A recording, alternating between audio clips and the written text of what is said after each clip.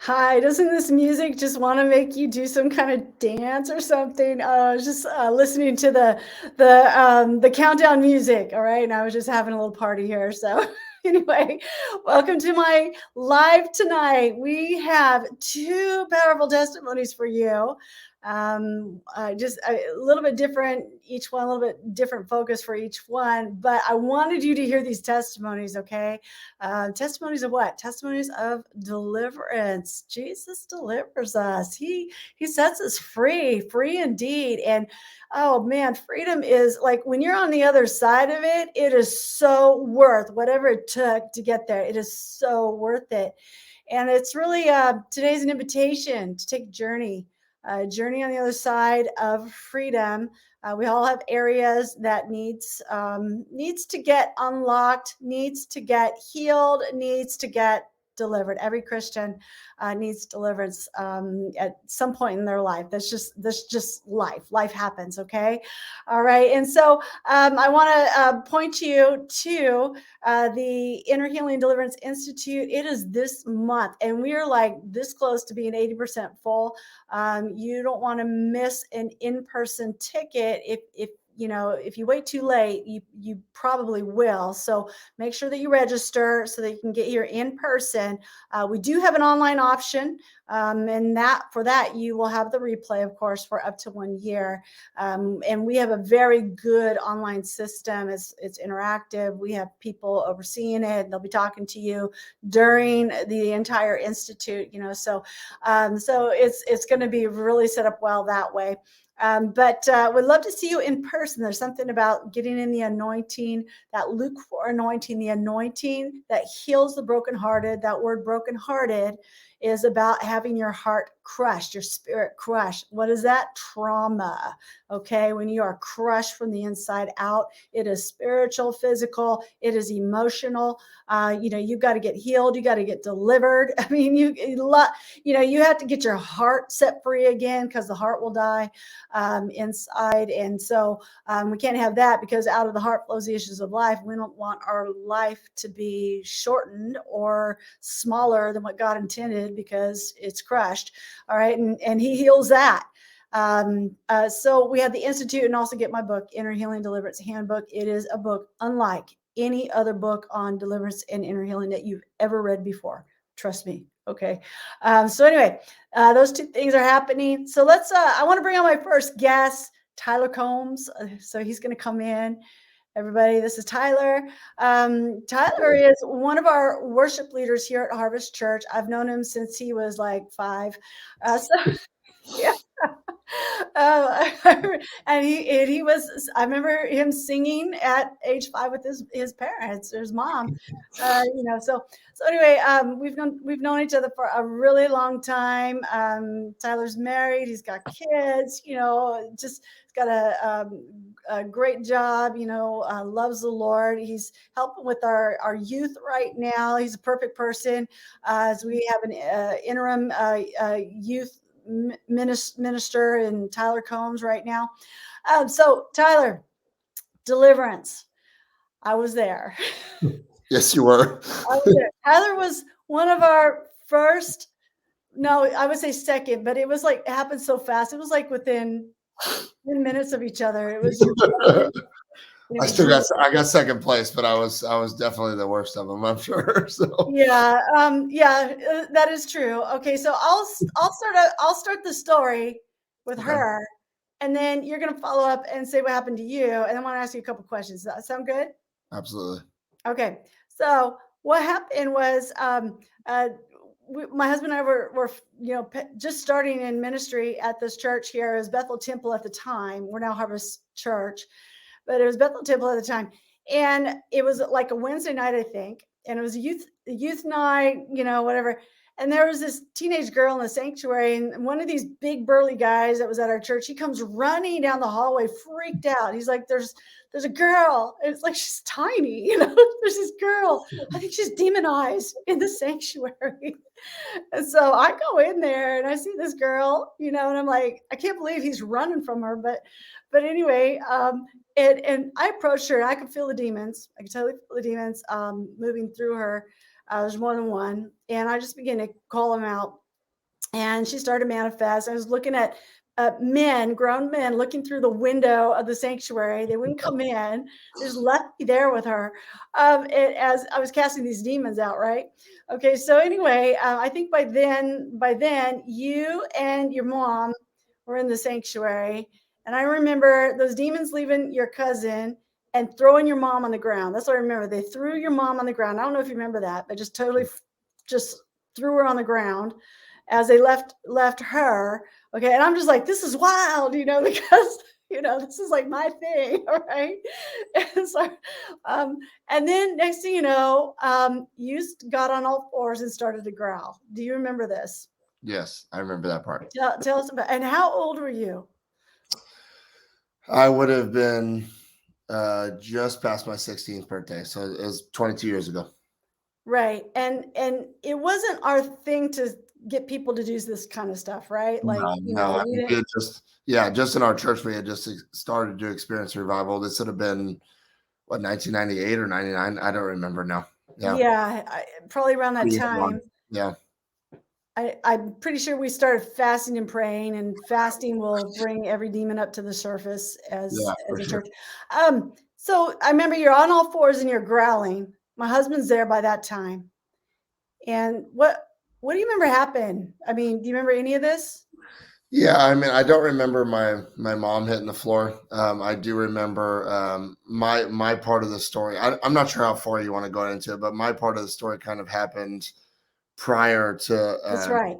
yeah. So the girl that Jennifer was dealing with was actually my cousin. She was the closest cousin I have, age related. We were always really close growing up, right? So we were at the time we were located in the chapel, which is in the same greater building, but it is, it's far enough separated where if any of you have been in our actual main campus, our downtown campus, it's a bit of a maze. It's an older building, right? So she was having some trouble, whatever. So, we're starting to experience revival, not only in the youth ministry, but also in our church. And so they're praying for people, and we're sitting in the back row, and she's like doing some weird thing, with her hands over her head. And I was like, whatever. So, do you want me to go into this part of it? I Yeah, know. I did. Yeah, go for it. So, the thing is a lot of times with these types of experiences, we try and blow off or push off these experiences because Yeah. we're not quite sure, am I being dramatic or whatever? So my cousin is sitting there like this with her hands over her face, and she's making all kinds of weird noises. And I was like, calm down. And so, everyone's getting prayed for, and I just have my eyes closed. But I sit up and I see her that she's gone. I don't know where she went. Figure she went to the bathroom. And, a few minutes passes by. They're playing worship music. They're praying for people. And I remember doing this. We had what I would consider now like some sort of like, a spiritual connection and some, there was soul ties there, right? So as soon as I put my hands like this, everything went silent immediately, right? Mm. So I couldn't hear anything, I couldn't see anything, but I all of a sudden, like an animal, I could smell everything. Yeah. I could smell perfumes, I could smell deodorant, I could smell things on the floor. It was the most bizarre thing. I'm like, well, that's weird. But I stood up and my hands and my face and my legs went numb, but I was walking. And again, I mean, people who go to our church, you could attest to this. It's not an easy trek from where Jennifer is now dealing with my cousin to where I was standing. It was On the seriously other opposite side of the right. building, we have a large Probably building. at least 8 or 10,000 square feet where the buildings and turns Yeah. and stuff. So looking back now and talking to people, I kind of blacked out, and I remember it being partially cognizant and saying like, this is not good. But I was walking up and down the walls, it's kind of hard to tell in here, but I was like smelling the walls, and I could smell where she had been. And again, it's like a maze. And I followed her exact, down the stairs, across the hallway, down another set of stairs, into a lobby and into the sanctuary.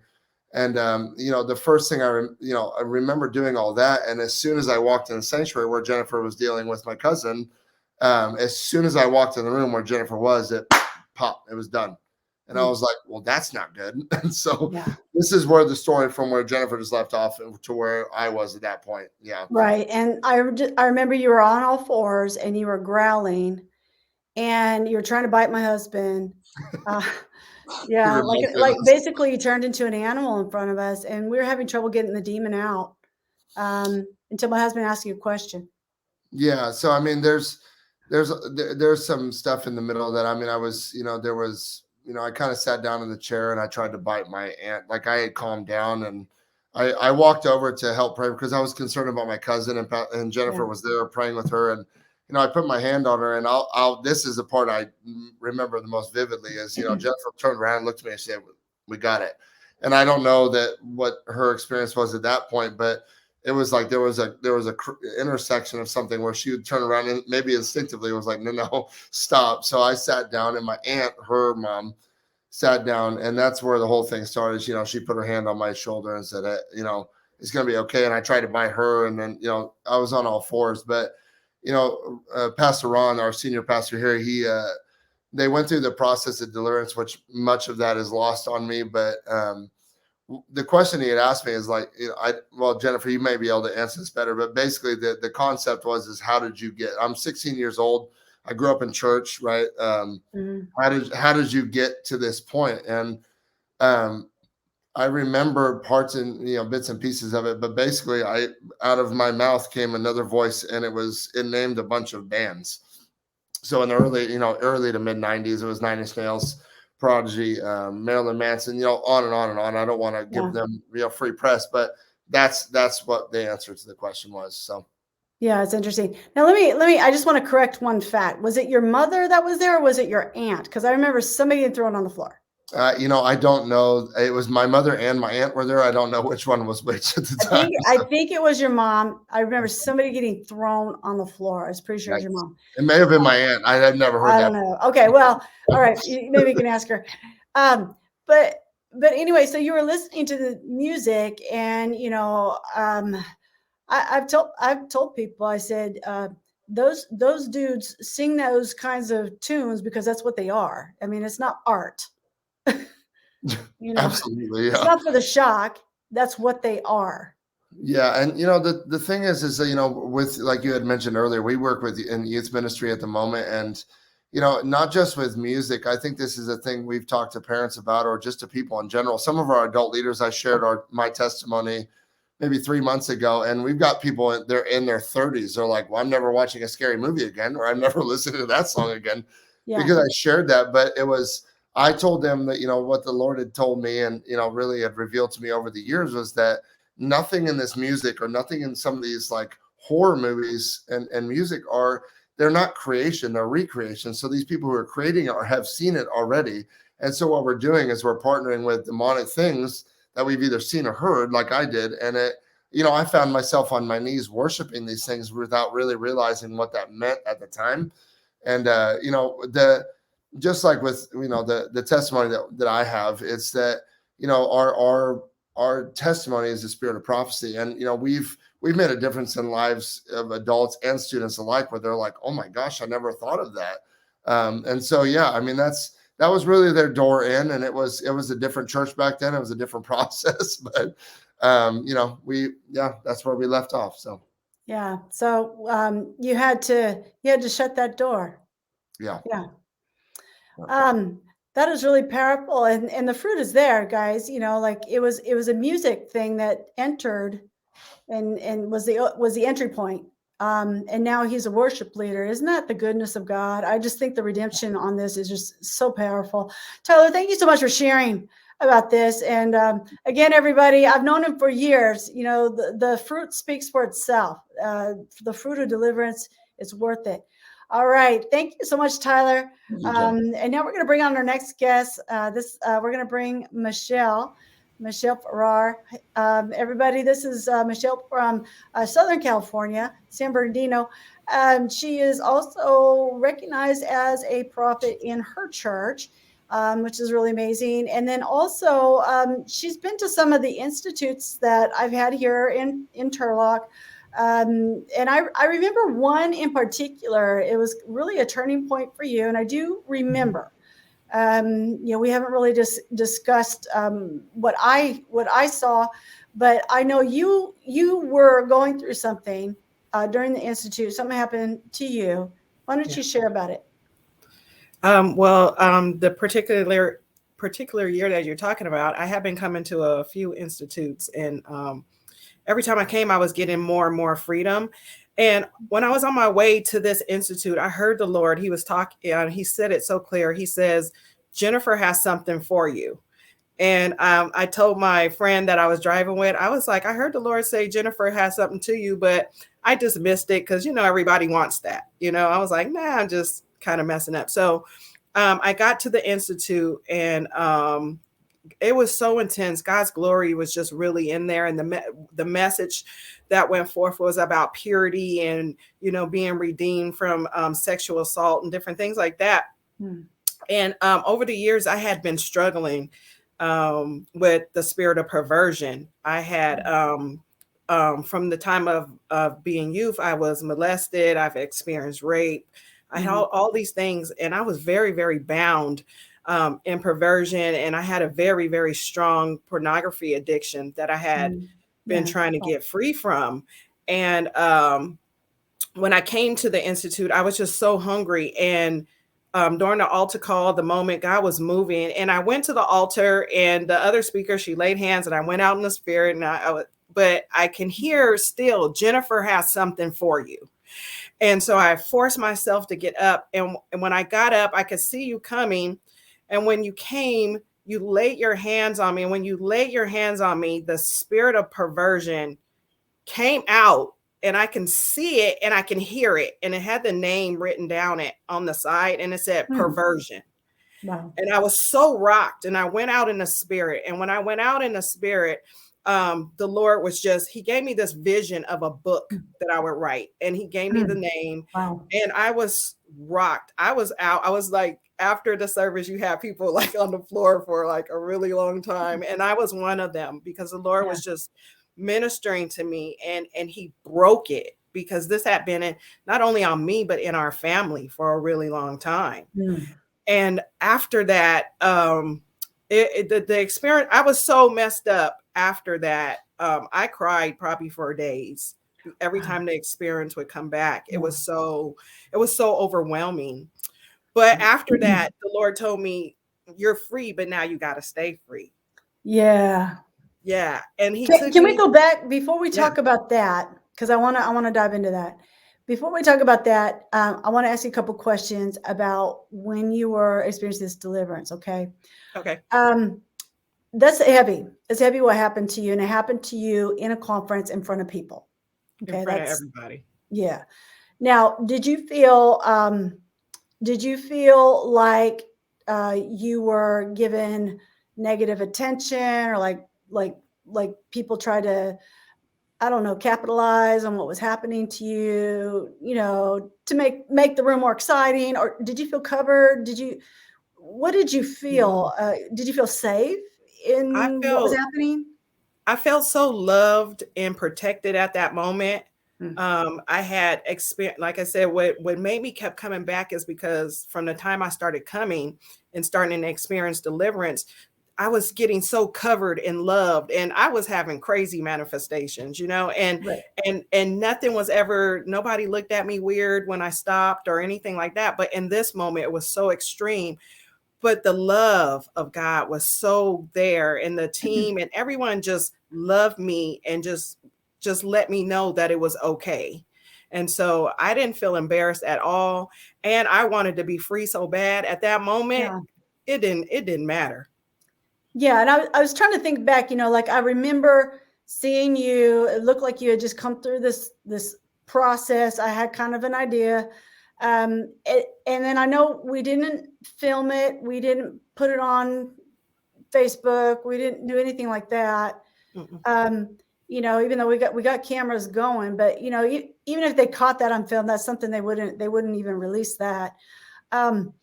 But that was my whole thing, is like, I wanted to know if you felt covered. I want to know if you felt like you were ashamed, or it was capitalized on, or anything like that, or if the environment was just like it was, where you were at peace with what happened.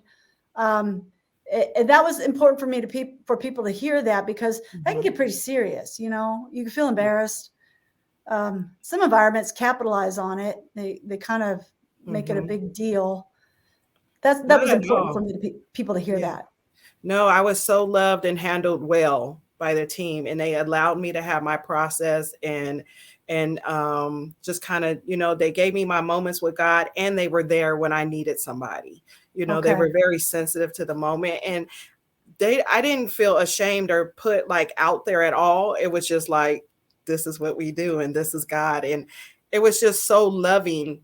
It was such a loving environment that it was like, I have to continue to go back. And so this happened like in the environment. Like, did anybody come and pray for you and start casting it out? I mean, how did this go down? Like, it just happened? Yeah. When you laid your hands on me, that's when the big one came out. That's when perversion came out, and I was out. And then after a while, as you know how you're trying to get yourself back up, then there was team members that was coming, and they were ministering to me and praying, and then I would go out again. So, and then they would give me, the grace and back up and then come back. So they were there, and so I had somebody who would just like hug me because I was just in tears. I was just falling. And so I was just handled very, very well. Okay. Now, you said you had to do some things to stay free. That's important. Okay. Like, you come to a conference like this, and it just, this happens to you. I mean, things are going to change for sure. Mm-hmm. What did that look like for you? The Lord started explaining to me. He was like, okay, you were delivered, but now you got to stay free. And this part for me was the inner healing journey. And he's like, you have to deal with how it got there in the first place. And so, he started taking me on this journey, what took me into really looking into my past and showing how the door got open. And like I said, it came through being molested. I was introduced to pornography at 10. And, I was in just the environments throughout my life supported perversion. It just continued to be that, and it continued to build up on that. And so the Lord was just showing me, you have to close those doors, and you have to, get your heart healed, and I'll walk with you through it, and you have to keep those doors closed.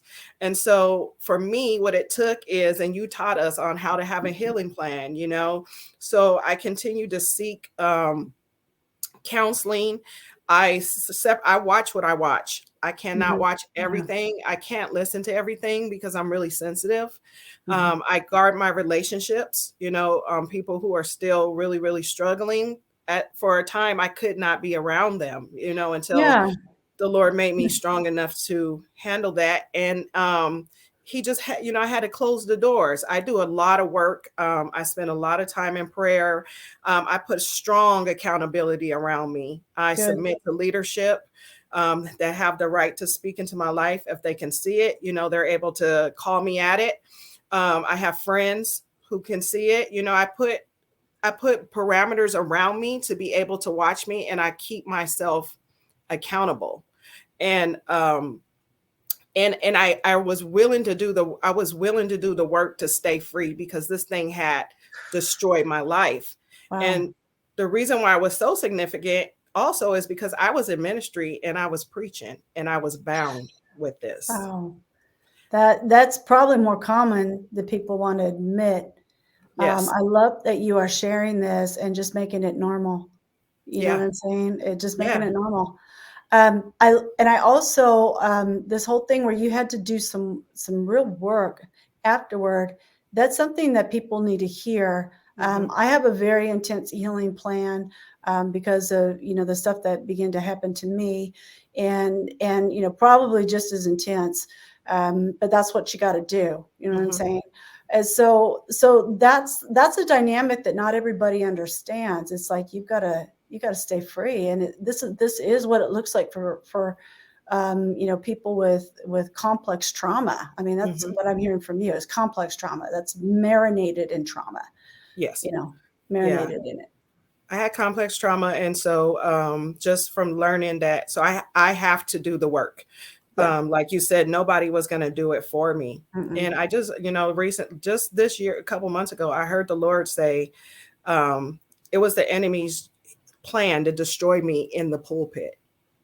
Wow. And so he was saying, and that we see this happening across the board with a lot of leaders, and why they fall, because they don't have this plan in place. And so it's necessary. And it won't just happen. You have to do it. You have to want it, and you have to do the work.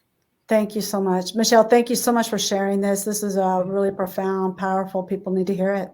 All right. I can see that book, in the pulpit and bound, whatever she's going to end up writing. So I'm excited for that book to come out. Everybody, this is Inner Healing and Deliverance. This is what it looks like. Okay. And these are success stories. All right. And there's a lot of success stories, people who've really come out of some very deep, dark stuff. And I want you to hear these stories because perhaps you're not quite knowing where to turn next. Well, we have an institute coming up. Love to have you be a part of it. I've got a book coming out on it. And it will give you language. It'll help you to see that it's, this is what it looks like to get whole. This is what it looks like to get free, because whom the Son sets free is free indeed. But you need to know where to step. You need to know where to go. You need to know what to look for. Okay. And so just know that Jesus loves you. He's for you. He's championing you, and you're being invited to be whole. Do you want to be made well? That's the question he asks all of us. Okay. All right. I'm praying for you. I was praying for people this morning. Wow. I was praying and interceding for a whole new level of freedom in God's church. All right. Thank you so much for joining me. God bless.